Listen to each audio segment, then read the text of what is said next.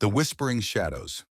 Ethan was born on a stormy night, the kind of night where the wind howled like a wounded animal and the rain lashed against the windows as if trying to break in. From the moment he opened his eyes, it was clear that Ethan was different. His parents noticed it first, the way he would stare at the shadows in the corner of the room, his tiny hands reaching out as if to touch something they couldn't see. By the time he was 3, Ethan was having full conversations with the empty air, laughing at jokes no one else heard. His parents, though unnerved, tried to brush it off as an overactive imagination.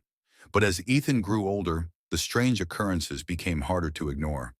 Objects would move on their own, lights would flicker when he entered a room, and sometimes his parents would find him standing in the middle of the night, staring at the wall, whispering words in a language they didn't understand. By the time Ethan was 10, he had learned to keep his friends to himself. He knew other kids couldn't see the shadowy figures that followed him everywhere, their forms shifting and writhing like smoke. He couldn't explain how he knew their names or why they whispered secrets to him, secrets that always turned out to be true. But he knew better than to talk about them. The last time he had, his parents had taken him to a psychiatrist, and the shadows had been furious. That night, the psychiatrist's office burned to the ground. When Ethan turned 16, the shadows began to change. They grew darker, more solid, and their whispers turned into demands. They wanted something from him, something he didn't understand. One night as he lay in bed, one of the figures stepped out of the darkness, a tall, gaunt man with hollow eyes and a smile that stretched too wide. "You've been chosen," the man said, his voice like the rustling of dead leaves. "The veil is thinning, and we need a vessel.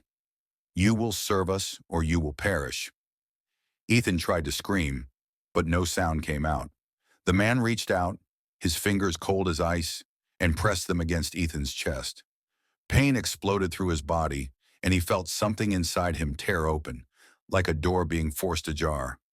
When he woke up the next morning, he was different. The shadows clung to him like a second skin, and he could feel their power coursing through his vein. Years passed, and Ethan learned to control the darkness within him. He could summon the shadows to do his bidding, bending them to his will. But the power came at a cost. The more he used it, the more the shadows consumed him. He began to lose pieces of himself, memories, emotions. Even his reflection in the mirror grew faint. One night, as he wandered the streets of the city, he felt a pull, like an invisible thread drawing him toward an abandoned church on the outskirts of town. Inside, he found a woman waiting for him. She was beautiful, with hair like spun silver and eyes that glowed like embers. But there was something wrong about her, something that made the shadows inside him recoil. "You've been marked," she said, her voice echoing in the empty church. "But you don't have to serve them. There's another way." Ethan hesitated. The shadows screamed in his mind, urging him to leave, to kill her, to run. But something in her eyes made him stay. "What other way?" he asked. "The veil can be closed," she said, "but it will require a sacrifice, your life for the lives of everyone else. If you don't, the shadows will break through, and they will consume everything." Ethan stood at the edge of the veil, a swirling abyss of darkness that threatened to swallow the world. The woman's words echoed in his mind, but so did the whispers of the shadows, promising him power, immortality, anything he desired if he would only let them through. He thought of his parents, of the friends he had lost, of the life he had never been able to live. He thought of the woman in the church and the way she had looked at him, not with fear, but with hope. With a deep breath, Ethan stepped into the veil. The shadows surged around him, tearing at his flesh. But he didn't fight back. Instead, he reached deep within himself, to the place where the shadows had taken root, and he pulled. Pain unlike anything he had ever known ripped through him, but he didn't stop. He pulled and pulled until the shadows were gone, and the veil began to close. As the darkness faded, Ethan felt himself fading too. The last thing he saw was the woman's face, smiling down at him as the world grew bright. Years later, people still tell stories about the boy who saved the world. They say he was a hero, a martyr, a saint. But in the quiet moments, when the lights are low and the shadows grow long, some people swear they can still hear him whispering, his voice carried on the wind. a reminder of the price he paid to keep the darkness at bay. And sometimes, if you're very quiet, you might even see him, a faint outline in the corner of your eye, watching, waiting, making sure the shadows never return. Years after Ethan's sacrifice, the world had changed. The veil was closed, but the remnants of the shadows still lingered in the corners of reality.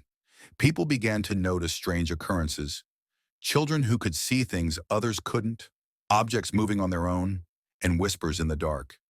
It was as if the shadows had left a mark on the world, a scar that refused to heal. In a small town nestled between dense forests and rolling hills, a young girl named Lily began to experience the same phenomena Ethan had. She could see the shadowy figures, hear their whispers, and feel their cold touch. Her parents, unaware of Ethan's story, took her to doctors and psychiatrists, but no one could explain what was happening to her. One night, as Lily lay in bed, she felt a presence in her room. She turned to see a faint outline of a boy, no older than she was, standing in the corner. His eyes were kind, but there was a sadness in them that made her heart ache. "Who are you?" she asked, her voice trembling. "I'm Ethan," the boy replied, his voice soft and distant. "I'm here to help you." Lily felt a surge of hope. For the first time, she didn't feel alone. Ethan began to visit her regularly, teaching her how to control the shadows, how to resist their whispers, and how to protect herself from their influence. He told her about the veil, about the sacrifice he had made, and about the woman in the church who had shown him the way. As Lily grew older, she became more adept at controlling the shadows. She learned to use their power for good, protecting her town from the remnants of the darkness that still lurked in the world. But she knew that her time was limited. The shadows were growing stronger, and the veil was beginning to thin once more. One night, as she stood at the edge of the forest, she felt a familiar pull. The shadows whispered to her, urging her to step into the darkness, to embrace the power they offered. But she remembered Ethan's words, his sacrifice, and the hope he had given her. With a deep breath, Lily stepped into the forest, following the pull to an ancient tree with roots that seemed to stretch into the earth itself. At the base of the tree, she found a small, weathered box. Inside was a note, written in a hand she recognized. "To the one who finds this," the note read, "know that you are not alone. The shadows will always seek to return, but you have the power to stop them. Use it wisely and remember that the light will always find a way." Lily felt a surge of determination. She knew what she had to do. She would continue Ethan's legacy, protecting the world from the shadows and ensuring that the veil remained closed. Years turned into decades, and Lily became a legend in her own right. She protected the world from the shadows, teaching others how to resist their influence and use their power for good. But she never forgot Ethan, the boy who had saved the world and given her the strength to carry on. And in the quiet moments, when the lights were low and the shadows grew long, people still whispered about the boy and the girl who had stood against the darkness. They said that if you listened closely, you could still hear their voices, carried on the wind, a reminder that the light would always find a way. And sometimes, if you were very quiet, you might even see them, a faint outline in the corner of your eye, watching, waiting, making sure the shadows never return.